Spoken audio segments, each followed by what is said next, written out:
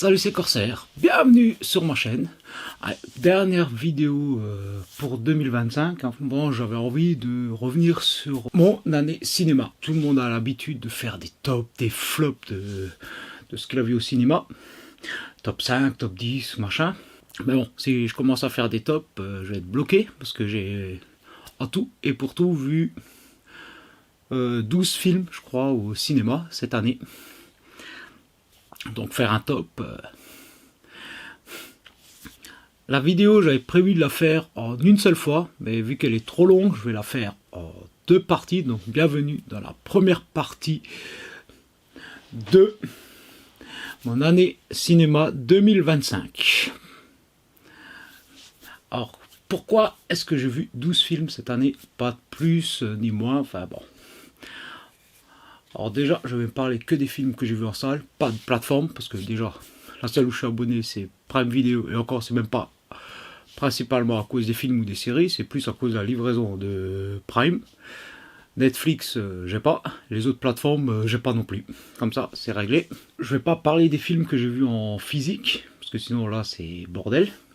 Je vais me concentrer sur les films que j'ai vus en salle. Et alors, il y a plusieurs raisons au fait que j'en ai vu, on va dire, que 12. Alors déjà de 1, je mets un peu de contexte. Si ça vous gave, je mettrai le timecode et vous avez qu'à passer cette partie. Hein. Voilà, donc un peu de contexte, vite fait. Donc déjà, moi, la salle elle n'est pas à côté. J'ai pas mal de bornes à faire pour y aller. De 2, comme tout le monde, je bosse, donc j'ai pas forcément le temps. De 3, on va dire que j'ai autre chose à faire que d'aller au cinéma. J'ai envie de faire autre chose, quoi. Donc, je vais même pas compter le fait que du prix de la place, parce que bon, ça c'est un autre débat. Je peux me le payer, donc je me fais plaisir si je veux y aller. Et ensuite, on va dire que bon, tous ces facteurs-là font que je deviens très sélectif par rapport à ce que je veux voir en salle. Donc, me refaire aux bandes annonces, à des avis ou des machins. Enfin, voilà. Avant que je bouge, il faut déjà que le film me donne envie. Je vais pas faire comme beaucoup, courir en salle et voilà, il y a le dernier truc qui sort, il y a un truc qui sort, ouais, je vais le voir, juste pour dire je l'ai vu. Non. Un minimum quand même que le film que je veux voir m'intéresse. J'ai pas de chaîne vraiment cinéma, donc voilà, de toute façon, je vais jamais faire une chaîne cinéma de cette chaîne. 100% cinéma, donc allez voir toutes les bouses qui sortent. Qu'est-ce que je m'en fous, moi, en fait. Je laisse ça à d'autres qui ont du temps à perdre. Donc, on va déjà exclure d'office tout ce qui est des Marvel. S'il y en a eu 3 ou 4 là cette année, j'en ai plus rien à foutre depuis Infinity War Endgame. C'est devenu n'importe quoi. Donc ça, on oublie le Blanche-Neige, là, Disney. Ouais, super. J'en ai rien à taper de ce truc. Des comédies françaises. Bon, si elles sont drôles, pourquoi pas. Mais bon, vu les dernières productions des Français, quand je vois l'autre avec Kev Adams, là, j'aime les chauves, et puis l'autre là avec les Africains dans l'espace, où je sais même pas ce que c'est comme truc. Franchement, ça donne pas envie. Donc après voilà, dernier critère, faut quand même que le film il ait un minimum d'intérêt à être vu en salle. Hein. Je veux dire que au moins qu'il y ait un intérêt, on va dire très con, mais que le grand écran et le son spatialisé de la salle apportent une expérience en plus par rapport à l'installation que j'ai à la maison. Je veux dire un Star Wars, qu'il soit bien ou pas. Ça vaut le coup d'aller le voir au cinéma. Un Seigneur des Anneaux, ça vaut le coup de le voir au cinéma parce que voilà, il y a l'ampleur du spectacle. Un Bienvenue chez les Ch'tis, tu vois ça à la télé, c'est très bien aussi. Hein. Voilà, donc je sais, je fais des vieilles références, mais bon. Donc je vais simplement me contenter de lister les films dans l'ordre dans lequel je les ai vus. et vous donner mon avis dessus. Hein. Puis après, à vous de voir si ça vous donne envie ou pas. Hein. Donc il y a un peu de tout. Hein. Donc je vais commencer par un film. Alors j'ai plus les dates exactes en tête quand c'est sorti. J'ai pas envie de me casser la tête non plus avec ça. Ça n'a aucun intérêt maintenant en 2025, en fin d'année, d'avoir les dates de sortie exactes. Hein. J'ai parfois même plus les acteurs, les réals en tête. Hein. Après c'est pas trop grave. Hein. Donc je vais commencer par le premier film que j'ai vu cette année. Donc ouais, c'était en janvier. Compagnon. Alors j'avais déjà un peu parlé sur ma chaîne dans un achat de DVD. C'est vraiment la bonne surprise de début d'année. Le film, je suis allé le voir avec un pote, on s'attendait pas à grand chose, il me l'a recommandé parce qu'on lui a recommandé, puis qu'il a l'air bien.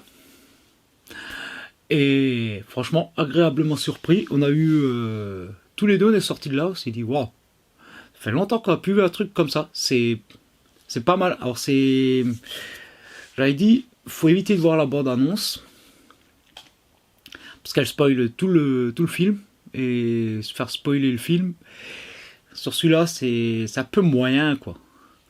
Je peux vous redonner la phrase que j'avais dit à l'époque, c'était... elle est dans le trailer, elle est en début de film, et elle pose tout le truc. Je m'appelle Iris, j'ai eu 2 belles journées dans ma vie, le jour où j'ai rencontré Josh et le jour où je l'ai tué. Voilà, on a un groupe d'amis dans une maison isolée, un peu à bord de forêt, dans la campagne, au bord d'un lac. Ils doivent passer un week-end là-bas, dont cette fameuse Iris et Josh. Et donc, à partir de là, ça part. Alors c'est... Par moment tu te marres, par moment tu flippes un peu. C'est pas du gore total. Bon, ça franchement, ça change. Hein. C'est un film que j'ai vraiment bien apprécié. Je peux vous le recommander. Hein. Voilà, avec... c'est pas de la SF, hard SF. Voilà, des trucs avec des vaisseaux spatiaux. C'est un peu futuriste sur certains aspects. Mais c'est pas... Voilà. Ouais, moi, c'est un bon petit film, bien sympa. Ça se classerait plus un peu dans le film thriller horreur, on va dire. Sans être totalement horrifique avec des zombies ou des fantômes, des vampires, des machins comme ça. On va continuer avec Sinners. J'ai vu la bande-annonce. Ça donnait envie. Je suis sorti de la salle. J'ai plus envie de le revoir. Alors beaucoup encensent ce film, des critiques que j'ai vu un peu, voilà. J'ai pas compris le propos de ce truc. Il y en a qui le comparent à, alors, bon, désolé la rêve de vieux, Une nuit en enfer. Une nuit en enfer, c'est assez simple. 2 frangins braqueurs sont en train de s'enfuir vers le Mexique. Leur bagnole tombe en rade. Ils prennent en otage un pasteur et ses 2 gosses, filent au Mexique, se rendent dans un bar avec qui ils ont rendez-vous avec un contact qui doit les faire disparaître. Et quand ils arrivent dans le bar, il s'avère que le bar, en fait, c'est un nid à vampires. Et le but du jeu, ça va être donc de survivre. Pas beaucoup de personnages principaux, une histoire assez simple qui démarre assez rapidement. En plus, bon, le twist on ne s'attend pas au fait qu'il y ait des vampires. Et il y en a qui le comparent à ça. Sauf que Une nuit en enfer, voilà. Le début, voilà, on a un quart d'heure pour nous mettre un peu les persos. Et après, ça part, baston contre les vampires. Sinners. Dans la bande-annonce, ils nous mettent des vampires. Et jusqu'à ce qu'on voit arriver les vampires, on est presque à la fin du film. Et le pire, c'est qu'ils arrivent, on se demande même ce qu'ils foutent là. J'ai pas compris ce film. Alors bon, on a 2 frangins afro-américains qui reviennent dans leur sud natal. Alors ça doit se passer dans les années 20-30, c'est début du XXe siècle. Donc bon, on connaît les problèmes de ségrégation et tout ce qu'il y a eu aux États-Unis à cette période-là. Et tout le début du film, on a plus l'impression que c'est voilà, c'est la vie de cette communauté à cette époque-là. Alors, le propos, je veux bien l'accepter.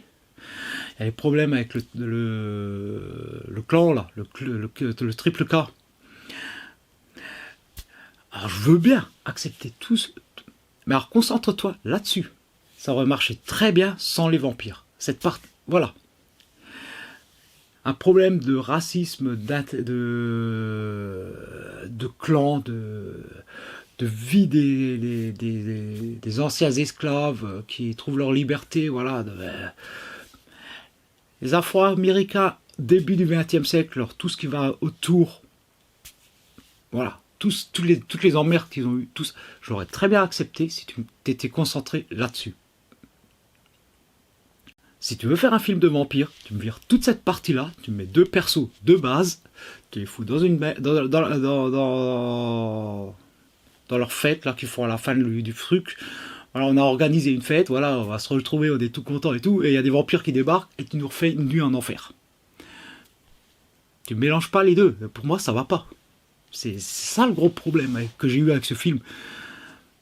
C'est que limite les vampires tu les dégages et tu mets le Ku Klux Klan comme antagoniste du film. À la fin, ils sont à leur fête, ils sont encerclés par des gars du clan et doivent se démerder et doivent se défendre contre des gars du clan. T'as pas besoin de vampires, le truc aurait fonctionné. Non, ils doivent foutre des vampires dedans. Et... je sais pas ce qu'il a fait le réal avec ce truc. Alors, tant mieux pour ceux qui ont apprécié le film. Moi, c'est juste, j'ai pas compris où tu me menais. La partie avant, voilà, la vie des gars, c'est beaucoup trop long si tu veux voir un film de vampires. Et les vampires, ça représente rien. Et voilà, et si tu me fais la vie des gars, tu me mets pas les vampires. C'est juste, c'est incompatible. Donc c'est, voilà, déception de cette année. C'est le film où j'ai rien compris. J'ai pas envie de le revoir parce que... voilà quoi. Film suivant. Un film d'horreur. Until Dawn. Alors, je vais suivre un groupe d'amis dont l'une a perdu sa sœur. Donc le groupe d'amis part à la recherche de cette fameuse sœur disparue et se retrouve dans une baraque isolée au milieu de la forêt. Alors petite chose que je ne savais pas, c'est qu'un pote m'a dit, apparemment c'est tiré d'un jeu vidéo que j'ai jamais fait, que je ne connaissais pas. Donc ils vont se retrouver. Alors comment je vais résumer ça? Meurt, ressuscite, recommence. En fait, les gars vont se retrouver dans cette baraque, et au fur et à mesure qu'ils essayent d'explorer un peu ce qui se passe, ils vont se retrouver dans une espèce de monde souterrain, une ville qui a été enfouie sous terre, et vont se faire attaquer par des espèces de démons quand la nuit tombe, et quand le jour se lève, en fait, ils se retrouvent au même point. Ils ressuscitent, en gros, comme si de rien, plus ou moins comme si de rien n'était. Et ça va recommencer. Encore, et encore, et encore. Et en fait, ils vont devoir trouver le hack. Comment sortir de cet enfer. Hein, avant de finir prisonnier à jamais de l'endroit en tant que... voilà.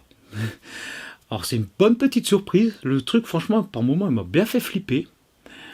J'ai trouvé l'idée un peu plutôt originale hein, pour un film d'horreur. Ça change, voilà, des zombies, vampires et autres qui t'attaquent. Le truc est bien amené. Il n'est pas trop long. Il passe très bien le film. C'est un film, voilà, si vous aimez un peu le truc horreur flippant. C'est un film que je peux vous recommander parce que c'est franchement un truc. Bon. Sorti de là, on a été... oh putain, on a vu un truc de fou, quoi.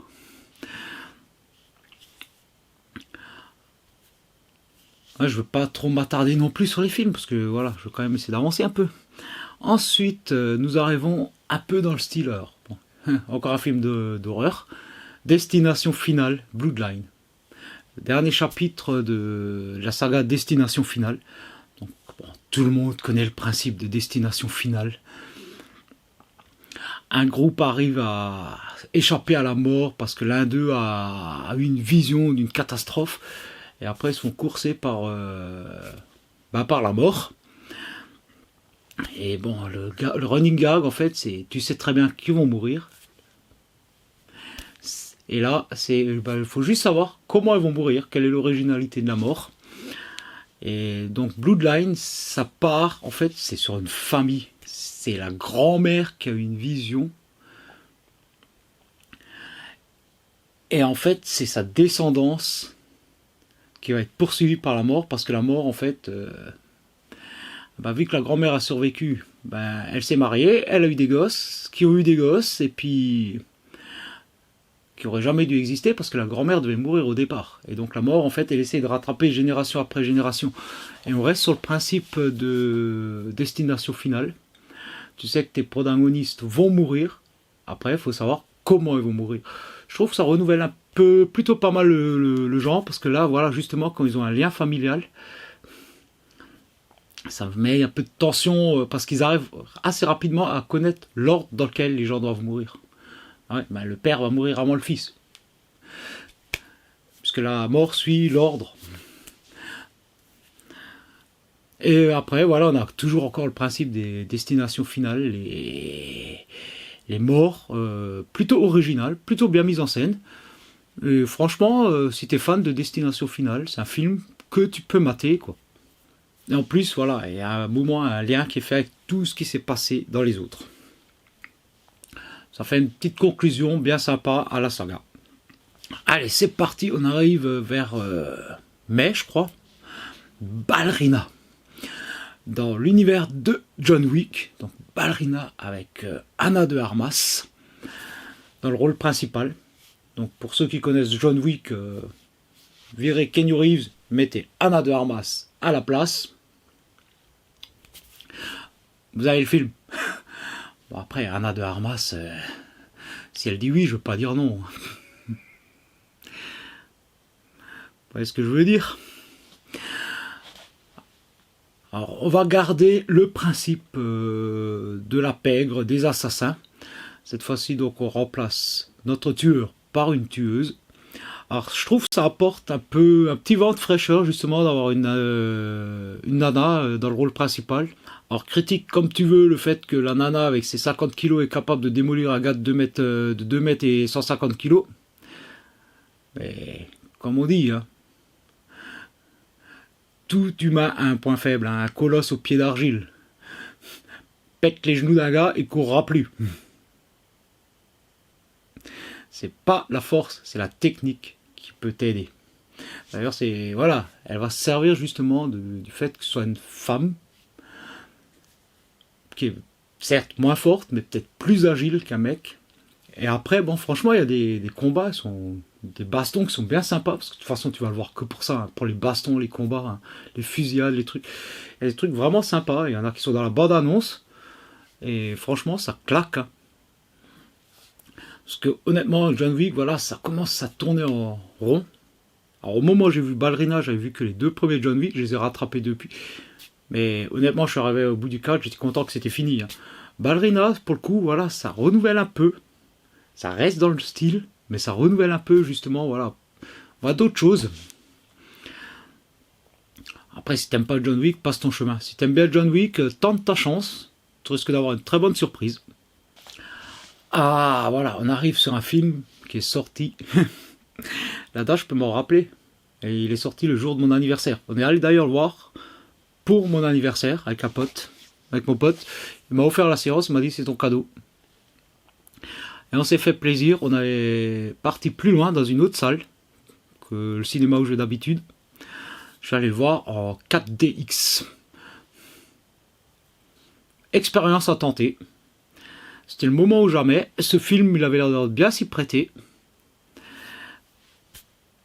Voilà, pour ceux qui ne savent pas, la 4DX, voilà, t'as évidemment l'écran, voilà, le son de malade, et t'as voilà, les sièges qui bougent avec le vent, la pluie, enfin tout le bordel qui va avec. Donc en fait,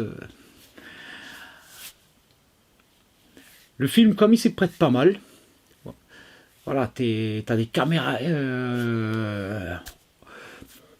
sur les bagnoles, donc en fait, quand t'es sur le siège, bah en fait, la voiture elle prend un virage, toi t'es collé avec le siège, t'as tout qui bouge avec.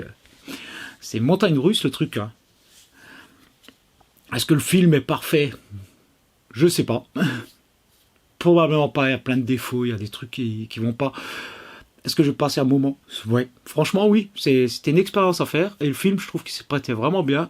Donc l'objectivité totale j'aurais peut-être pas, parce que c'est une expérience que j'ai faite, et qu'on a franchement bien aimé avec mon pote. Voilà, donc l'histoire c'est voilà le vieux pilote là, interprété par Brad Pitt qui est engagé dans une nouvelle équipe de F1 pour coacher le rookie de service. Et bon après oui c'est clair, il y a des moments c'est capillotracté les trucs, hein. Il y a des machins qui se passent que le gars il fait, mais fait ça dans une course de F1, mais tu termines même pas le tour, hein. Toi, Sonny Hayes, voilà, il s'appelle Brad Pitt dans le perso de Brad Pitt dans le truc. Sonny Hayes, au stand, et tu descends, tu rends ta licence, ton casque, ta bagnole, tu touches plus un volant à F1. Mais bon, ça reste de la fiction. Faut bien que ça, voilà, que ça envoie. Ah oui, il y a des moments où tu te dis, voilà, c'est tiré par les cheveux, même si j'en ai plus beaucoup. Ça pisse. Mais on s'en fout, c'est un film, voilà, c'est une expérience à faire. Ce film s'y prêtait bien. Alors, regret, c'est que impossible à trouver en physique en France, à cause de la chronologie des médias. Alors, je fais une petite aparté là-dessus. Faut pas en vouloir à Apple, faut en vouloir à l'État français. Le truc a été financé par Apple. Il sort au Cinoche. Il faut attendre, je crois, 3 ans avant qu'il puisse arriver sur une plateforme. Si ça n'a pas changé, enfin, genre, je sais plus la chronologie des médias, c'est Cinoche. Après, voilà. Faut attendre un certain temps. Normalement, c'est 4 mois, je crois, pour un support physique. Mais si tu le sors en plateforme, il faut attendre un peu plus longtemps. Et si c'est en plateforme, tu peux. Et pour le sortir sur une plateforme, il faut qu'il attende un délai après le support physique. Enfin. Donc eux ils veulent le sortir sur la plateforme. Du coup, pour réduire le délai par rapport à la sortie physique, ils sortent Cinoche, plateforme. Et peut-être dans 15 siècles et demi, il sortira en physique. Donc pour ceux qui essaient de le voir, c'est Apple TV ou Emule, pour ceux qui comprennent. Voilà, et là on arrive déjà à la moitié de l'année. Et j'arrive début juillet.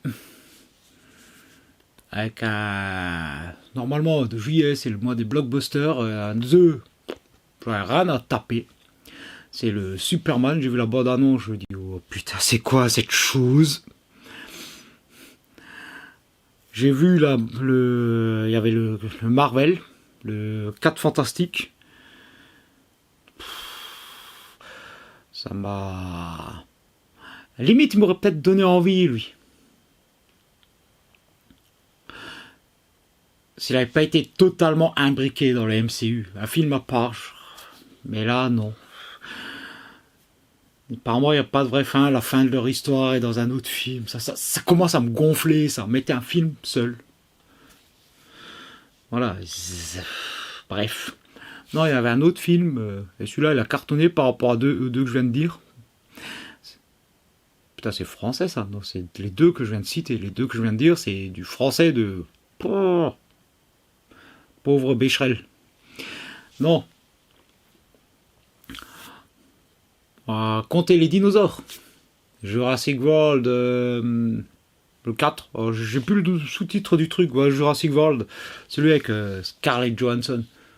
Bon, allez, on fait le lien avec le MCU, c'est Black Widow. Bon, tout comme Anna de Hermas. Hein. Si elle dit oui, je vais pas dire non. Bon, écoutez, au bout d'un moment, il faut trouver des arguments pour aller voir les films. Ça peut être con, mais... Qu'est-ce que tu veux? Alors donc on va suivre Scarlett Johansson, elle incarne une espèce de mercenaire, embauchée par une boîte pharmaceutique là, pour aller traquer les dinosaures. Parce que oui, les dinosaures, alors ils reprennent, voilà, ça continue par rapport aux 3. Alors, les dinosaures ne vivent plus qu'autour de l'équateur.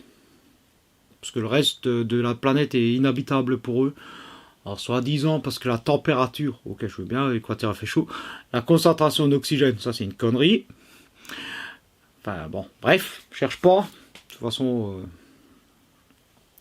donc les dinosaures, ils habitent près de l'équateur, et donc il faut aller trouver les 3 ou 4 plus gros spécimens pour prélever de l'ADN pour faire un remède miracle contre à peu près toutes les maladies du monde.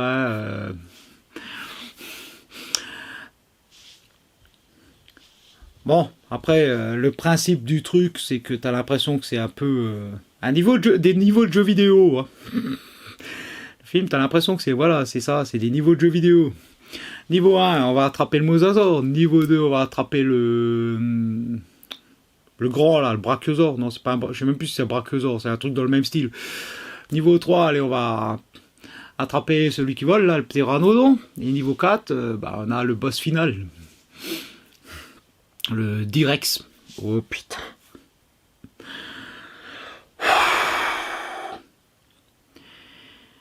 C'est encore plus débile que l'Indoraptor et le Indominus dans les opus précédents. Hein. Bref. Ah oui, bon, oui, je sais, le film est débile, mais ça fait marrer, quoi. Voilà, faut le prendre pour ce qu'il est. C'est bien filmé, les images sont belles, bande son, ça passe. L'histoire, comme dit, les bateaux. Bon, d'ailleurs, ils vont sur l'île grâce à un bateau. Ah, tiens, il faudra que je parle de l'autre bateau après. Puis donc, ils font leur truc. Bon, après, voilà, t'as les personnages. T'as générique 1, générique 2. Tu peux jouer au jeu du casse-croûte. Tu sais pas ce que c'est le jeu du casse-croûte? Bah, c'est simple, hein. Tu prends les PNJ qui sont avec les héros. Et tu essayes de deviner dans quel ordre ils vont être mangés. Qui va servir de casse-croûte aux dinosaures. Moi, j'ai perdu au premier. Hein. Je m'attendais pas à... Le premier qui s'est fait manger, je m'attendais pas. Je pensais à un autre. On peut pas gagner à tous les coups. Bon, et je disais bateau. Donc en fait, ouais, t'as nos mercenaires sur un bateau. Et puis bon, ils vont porter secours au truc que j'ai pas compris. Qu'est-ce que ça fait foutre là-dedans? La petite famille, là, Pedro Pascal, ses 2 gonzesses, et puis ses 2 filles, et puis le gars, là, le copain de l'aîné. Ouais, ils se sont fait attaquer par des dinosaures, et puis bon, on va leur porter secours, et ils vont s'échouer aussi sur l'île, du coup, en plus, ils se retrouvent séparés. Mais tu sais pertinemment, maintenant, que, putain, mais ça sert à quoi? Il va rien leur arriver. Il peut y avoir 50 milliards de raptors autour d'eux. Ils vont même pas avoir une égratignure. C'est Disney, putain. Arrête de rêver. C'est très bien que la gamine, la pauvre gamine de 8 ans, elle risque rien. Elle a une armure en scénarium, la meuf. Ça se voit très bien quand elle se fait courser par le T-Rex. Hein. Ah non, c'est pas putain, scénarium gonflable. Hein. Regardez le film, vous comprendrez. En fait, c'est tous les 4 là, ils servent à rien. Ils servent à rien dans l'histoire. Concentre-toi sur tes mercenaires. Sinon, voilà, après, si t'aimes bien Jurassic Park, si t'aimes bien les dinosaures, si t'aimes bien Scarlett Johansson, et même le Black qui est dedans, là. Je sais plus comment il s'appelle. Marshmallow Ali, je crois. J'ai plus les noms des acteurs. Ça va. Après, voilà, ça filme pour gamin, ça sait se regarder.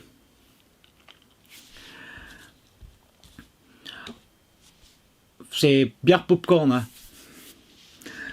Bière popcorn ou bière pizza. Pizza bière, voilà, ce genre de film là, cherche pas trop à comprendre ça. De toute façon, les Jurassic World, ils arriveront jamais à la cheville du premier, ça c'est clair. Bon, je pense que pour cette première partie, c'est assez, donc je vais arrêter là pour celle-ci. Et la partie 2 de mon année de cinéma 2025 va sortir rapidement. Donc rendez-vous là-bas.